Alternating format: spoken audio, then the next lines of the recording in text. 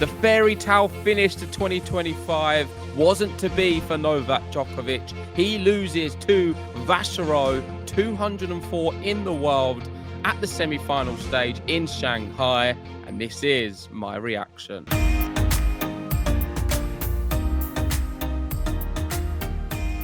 Well, where do we begin for this one? It is, of course, a massive shock. Djokovic, a massive favourite for this match.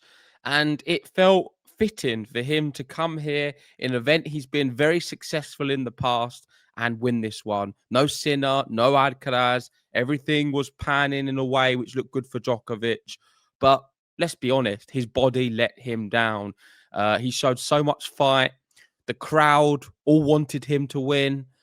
He was trying to G himself up, but there's only so much you can do as an athlete. And when your body does not allow you to reach that next level and be able to compete, then results like this will happen. And I'm not taking anything away from Vacherot.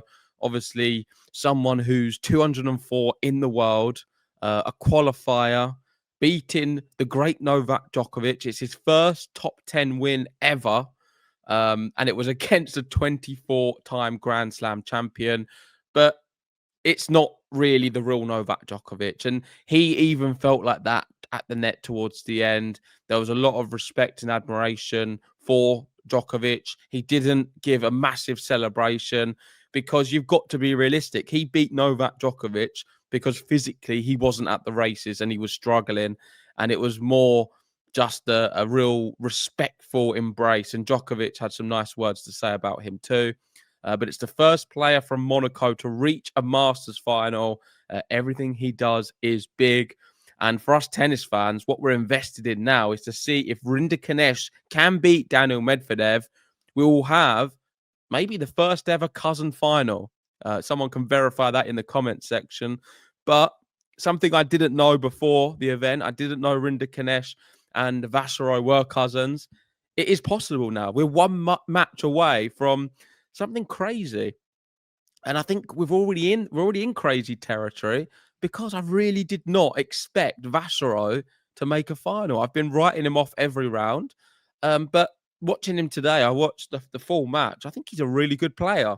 Someone who seems very calm and composed. His serve was clutch at times. He'd come in and on break point and hit a brilliant volley. Good hands. Just a very good tennis player. And I didn't realize how good he is, and I'm expecting him to actually have a very good year next year. But looking at it here, he's the lowest ranked to ever reach a Masters 1000 final. I saw some other stats as well of some of the players who are lower ranked to win to get to a Masters final. It's not many. It doesn't happen very often at all. So it's an incredible achievement for him. And I think it's going to give him a lot of confidence going into that final. Whether it's Rinderknech or Daniil Medvedev, you can't write him off. I think he's got a really good chance now of going to win the whole thing because he is good enough.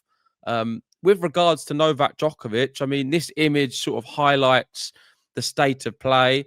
We saw more medical timeouts from him, physically in a lot of discomfort. What does this now mean for the rest of his season? I'm not sure. Not even sure if he'll play many more events. Of course, we'll see what the doctors say, whether he needs any scans. But it is sad to see because you know me, I'm not Djokovic's number one fan, but I have a lot of respect and admiration for him. And it is sad when you're seeing a man who quite clearly at times, even with his serving, is still one of the best players in the world. And he can compete in moments against everyone.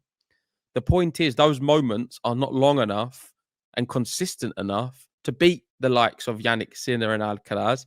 And it's not good enough to beat a Vacherot in this situation when his body was failing like it did. You can't question his intensity and him fighting. He didn't give up. And we've seen that a lot this week in China, where players have pulled out of the match with a retirement. Djokovic didn't retire. It was clear he was hurting. You can see him there. Looks like throwing up into the bucket. I didn't see this actually live, but interesting. And he just kept going. And there was a moment where I thought maybe he's going to break back in this second set. And then, well, with Novak Djokovic, how many times have we seen this story before where he looks down and out, somehow he manages to break, and then he just goes on some crazy rampage level where he wins every other point many times. You could probably name 10 plus times off the top of your head. This guy is an incredible athlete. He is the GOAT, the legend of the sport, and someone who's got longevity like nobody else, even in individual matches, because he was suffering out there. He was suffering with the heat, with his body failing, and yet he almost broke back and got back into the match somehow because he was clearly struggling to move along the baseline. What this means for him now is he's lost consecutive matches at ATP level against players ranked outside the ATP top 200 for the first time in his career. Exhausted. That's a good way to sort of describe Djokovic. He looked exhausted. He needs a break, but he's not played that much tennis this year. Despite not playing much tennis, he's still amounted a lot more points than everyone else on tour. And he can play at the ATP finals if he wants to, purely from how many points he's managed to get. He's third. He's above Sasha Zverev. He's above Taylor Fritz in the race. It is incredible for how few tournaments he's played to still be statistically the third best player in the world. Of course, there's a massive gap between him and Sinner and Alcaraz, of course.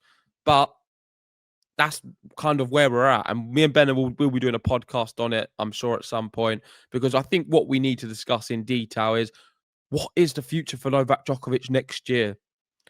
For him, he feels he can still compete at some kind of level to Jannik Sinner and Alcaraz. And while he feels like he can beat them, he's going to continue to play. But looking at it, it doesn't look like he can for many reasons. And I think the big one being just physically, it's too tough for him at this level right now in his career. But it doesn't matter because he's had a fantastic career. But let's wait and see. Of course, Novak Djokovic has earned the right to decide what happens next with his career. And hopefully we find out very soon. But in my opinion, next year is looking extremely tough because I don't think he can win another Grand Slam. And that surely has to be his main motivation. But there we go. That is just my initial thoughts on the match. I thought it deserved the reaction because it's an incredible result for Vacherot. And I don't want to just speak about Djokovic.